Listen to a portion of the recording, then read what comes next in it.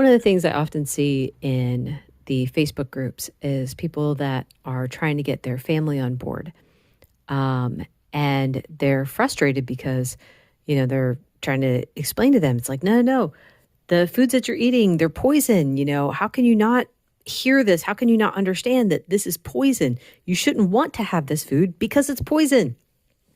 And you know, this one person was saying how it's causing strife, it's causing trouble. And I thought, well, I did actually comment and tried to help him out because the thing is, so when I started this diet, I was ready to do it by myself. My mom was doing it too, but I've said in the past, it's kind of like I was dragging her along. Not exactly kicking and screaming, but yeah, she was just kind of along for the ride. I was the one who was plowing the way, making the meals and, buying the food and stuff like that. So the thing is, my husband is a pharmacist. So a lot of the information that I was giving him made sense. He was like, okay, that I understand that. This is what I learned too. But it's like, so while he agreed with me though, he wasn't cutting the sweets out. And I also could not understand, like, well, I'm telling you what the sweets are doing. So why wouldn't you cut it out? But I had to, you know what? I just had to back off and say, I'm going to do this diet, whether anyone joins me or not, because I need to do it for myself. That's not being selfish. That is actually helping those around you when you make a change.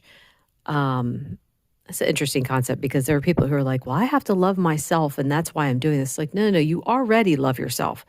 You taking care of yourself is actually loving others because you're trying to, you'll be setting a good example. You'll be keeping others from having to take care of you, hopefully. You can't control everything, but that's part of it. So one of the things that I was telling this person is you stick with the plan and provide good food for your family.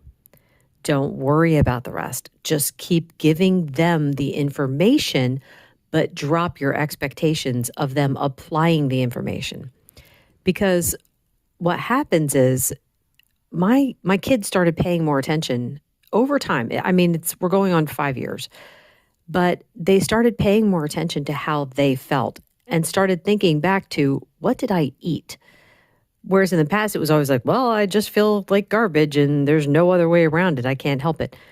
But so for an example, the other day, someone brought donuts over. Now, I'm not having them. I know better. The person who brought them was joking too. He's like, I brought poison. And I'm like, why did you bring poison into my house? And anyway, so my youngest daughter had 2 donuts and she didn't feel good for 2 days.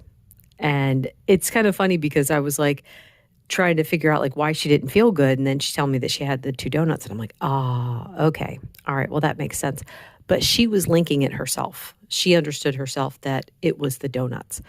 I thought that was interesting that, that's where we're at now. That's what my girls will do. It's like they will try to backtrack and try to figure out what food did I eat that made me feel bad.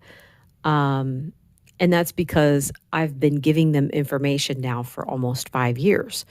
They've been learning for 5 years without me sitting there punching them in the face. Now, sometimes I'll say, I can't buy this thing anymore. It's full of garbage.